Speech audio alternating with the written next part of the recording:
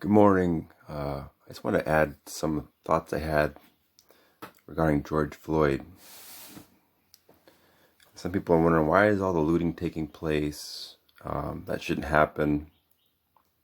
So we'll start from the beginning, I guess you could say. Here's a picture of slave ships, right? Now people will put on the boats way back when. And from that kind of beginning in the country, you have people that are oppressed still. A lot of an economic inequality still, obviously. A lot of racism, a lot of tensions still. Of course, the KKK, all that stuff still around.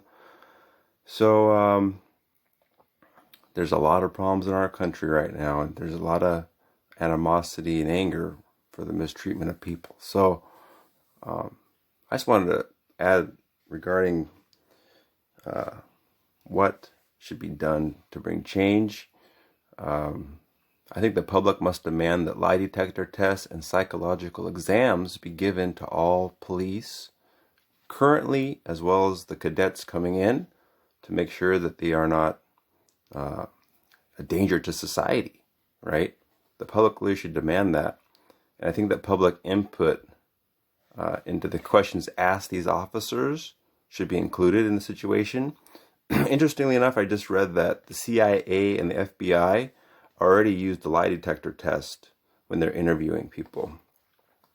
So, of course, we don't want any more crazy people with guns on the police force, or racist people, whatever it is. And I know that Trump stated that when the looting starts, then the shooting starts. But I just saw a video where calm protesters had her hands up in the air, and an officer shot her, looks like with a rubber bullet. And I think, of course, a lot of looting has been taking place in the corporate world for years. This is one quote from Peter Gowan. He says, "The uprising in response to George Floyd's murder by a Minneapolis police officer this week has led to predictable calls to condemn looting. But the real looting in our society comes from the military, the police, the pharmaceutical companies, private equity, the landlords, the real estate speculators, and the billionaires, not protesters against police brutality." Now, of course, there's a lot of truth to that. I'm not justifying looting, violence, and all that kind of stuff, but you keep kicking people, you're going to have a response, right? That maybe isn't going to be so pretty. So where's the church in all this? I think the church needs to be involved in speaking out. And I hope that and pray that other believers will do that. And I'm having a prayer and protest, you could say, at Maxwell Park tomorrow, Saturday at noon. You guys are welcome to come. And it's not going to be nothing violent, nothing like that, but just talking about the situation and praying for change. I think prayer is one of the most powerful things, if not the most powerful thing to bring change. That's why Jesus himself did it so much. And I think this looting and, of course, burning down the police station, that's a response to systematic racism and classism, and not a response to one event. Definitely it's time for major prayer for our nation. And of course, Proverbs 31:8-9 says that we should defend the rights of the poor and the needy. So I encourage all to be involved in that.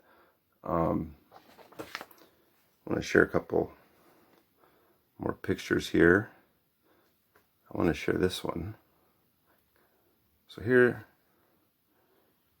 is a picture with George Floyd's head being crushed. I've actually experienced something similar, but thankfully not the exact same thing. That's why I'm still alive. But the officer had his knee on my head, on the side of my skull. And that happened to me multiple times in Las Vegas. And this man died at 46 years old. I'm 46 years old.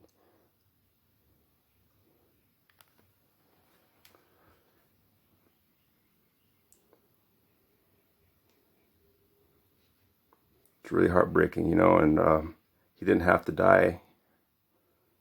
And really, I understand why there's so much anger and tension and protest in our country.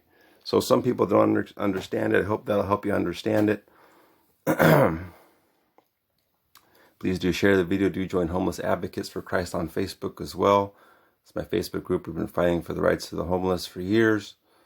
I've been going to city council meetings for years in different cities, and I've been arrested many times for standing up for the rights of the homeless, as a lot of you already know, for street preaching even in Vegas. And I know firsthand experience the oppression of the legal system.